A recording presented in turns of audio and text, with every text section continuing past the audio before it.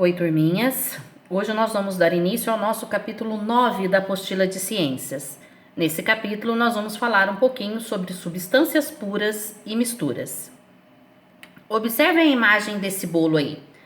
Vocês sabem como um bolo é preparado? Que tipos de ingredientes são utilizados para se fazer um bolo? Bom, provavelmente vocês diriam aí que nesse bolo eu usei farinha de trigo, leite, ovos, açúcar. Alguns alunos poderiam citar o corante, outros poderiam citar a aveia no lugar da farinha, outros poderiam falar que é um bolo vegano, né, que não foi utilizado nem leite, nem ovos. De um modo geral, será que vocês conseguiriam identificar esses ingredientes apenas observando esse bolo? Eu consigo ver o leite aí nesse bolo? Ou os ovos? Ou eu consigo identificar o açúcar? O corante é mais fácil, né? Porque o corante é visível, mas os outros ingredientes provavelmente eu não conseguiria identificar apenas observando essa imagem. Bom, assim como o bolo, existem outros inúmeros materiais aí na natureza que são formados pela mistura de diferentes componentes, tá? Então é isso que nós vamos ver nesse capítulo. Nós vamos ver também que tanto estruturas maiores, né, no caso aí o bolo, quanto os seus ingredientes, a farinha, o leite, os ovos, são constituídos por matéria. E o que é essa matéria? Do que a matéria é constituída? Além disso, nós vamos conhecer também alguns tipos de mistura com base na composição delas e a forma em que elas são classificadas. Bom, para começar, se eu pedisse para que vocês me definissem a palavra matéria, quando eu falo matéria, o que vem na cabeça de vocês? Um aluno poderia me dizer: nossa tia, eu li uma matéria no Jornal da Globo que falava sobre a pandemia. Outro aluno poderia me dizer: nossa, aqui na nossa escola nós temos as matérias de geografia, história, química, física e outras. Um outro aluno poderia me dizer: nossa, em matéria de música, banda Beatles é sem dúvida a melhor. Então dá para perceber que a palavra matéria ela apresenta aí diferentes significados, né, dependendo do contexto em que ela é utilizada. Mas e sob o ponto de vista científico, o que significa matéria? No estudo das ciências da natureza, a palavra matéria ela faz referência a tudo aquilo que possui massa e volume. Essa massa ela é definida como a quantidade de matéria que forma um corpo.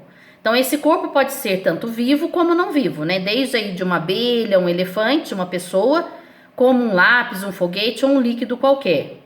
Já o volume é o espaço que esse corpo ocupa no ambiente.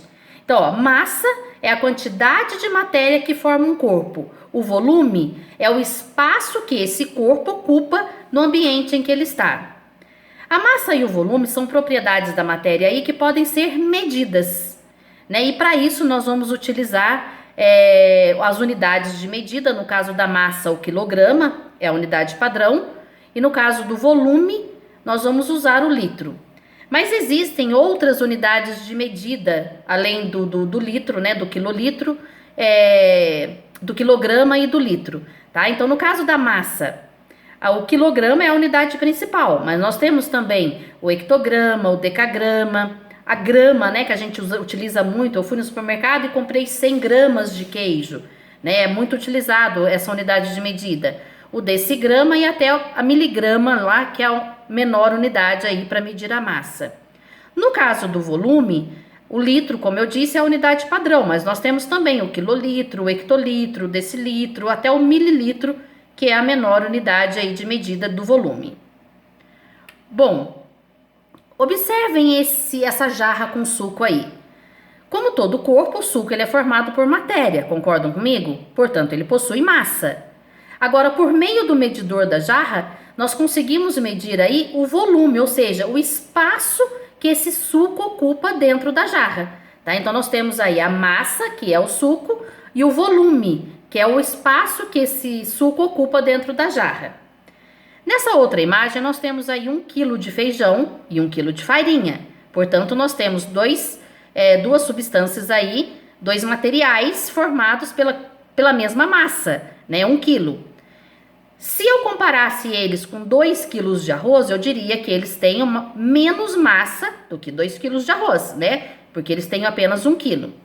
Nessa outra imagem, eu tenho um recipiente com suco de 1,5 litro e um recipiente de 1,5 litro com água, né? Então, eu poderia dizer que a água e o suco têm aí o mesmo volume.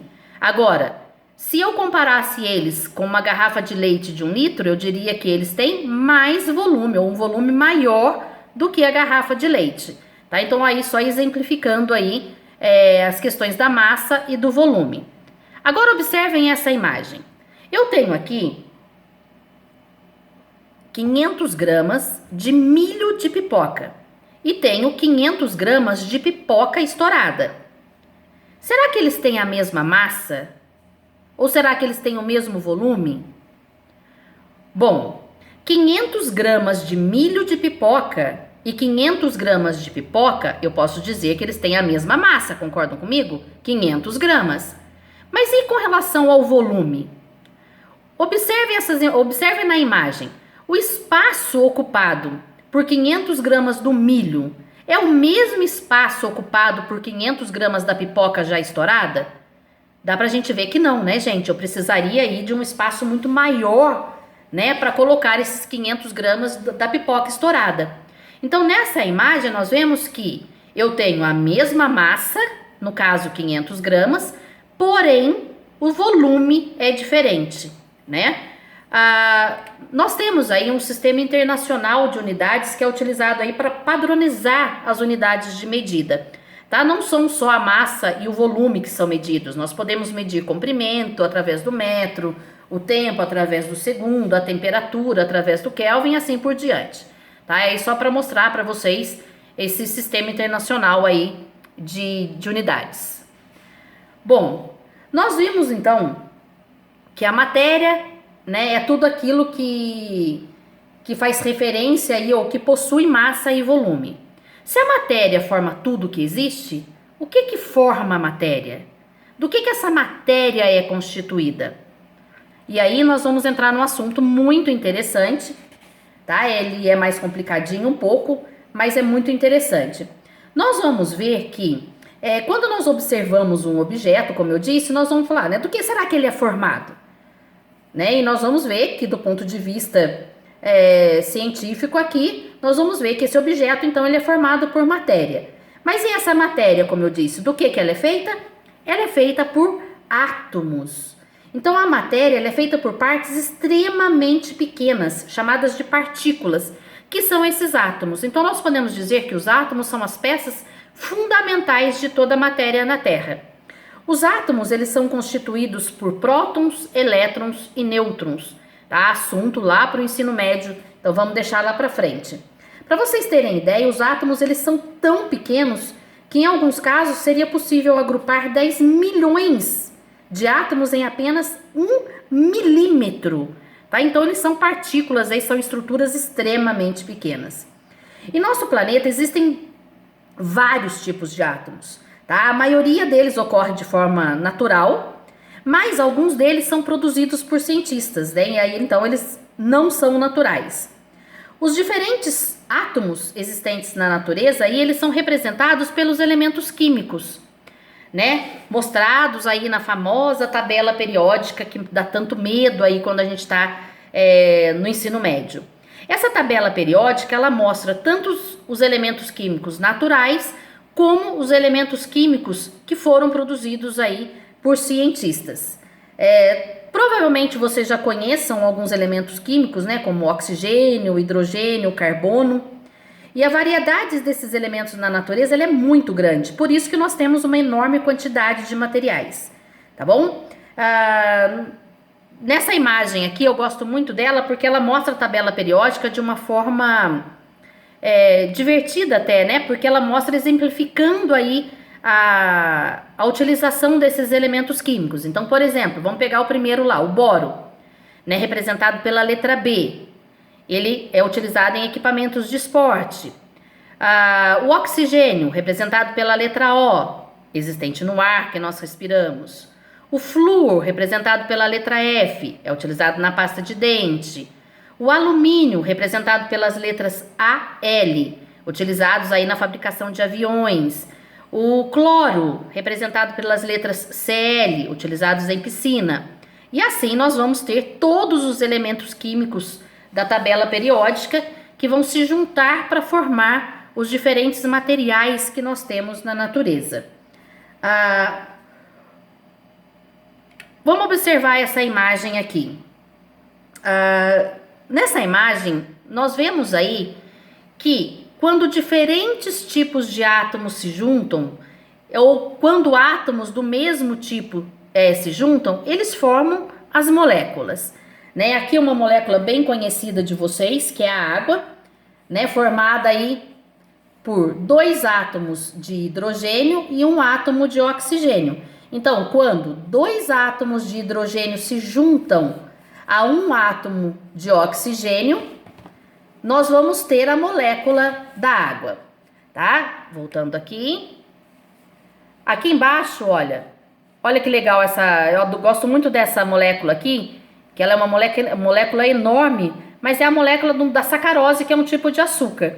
Então, olha só que interessante. Na molécula da sacarose, eu tenho átomos de carbono, hidrogênio e oxigênio. O mesmo, praticamente, aqui da água, né? Eu tenho hidrogênio e oxigênio, faltou só o carbono aqui na água.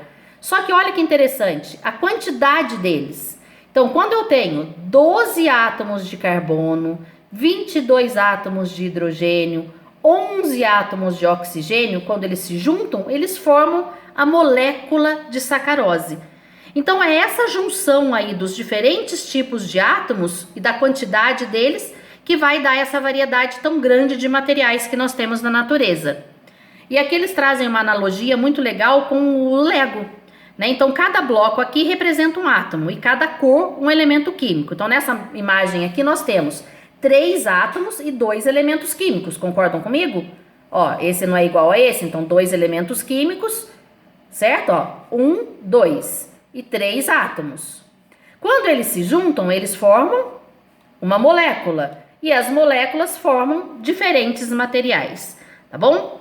Então, aqui mostrando os átomos se juntando, formando a molécula, e as moléculas que se juntam, formando a matéria.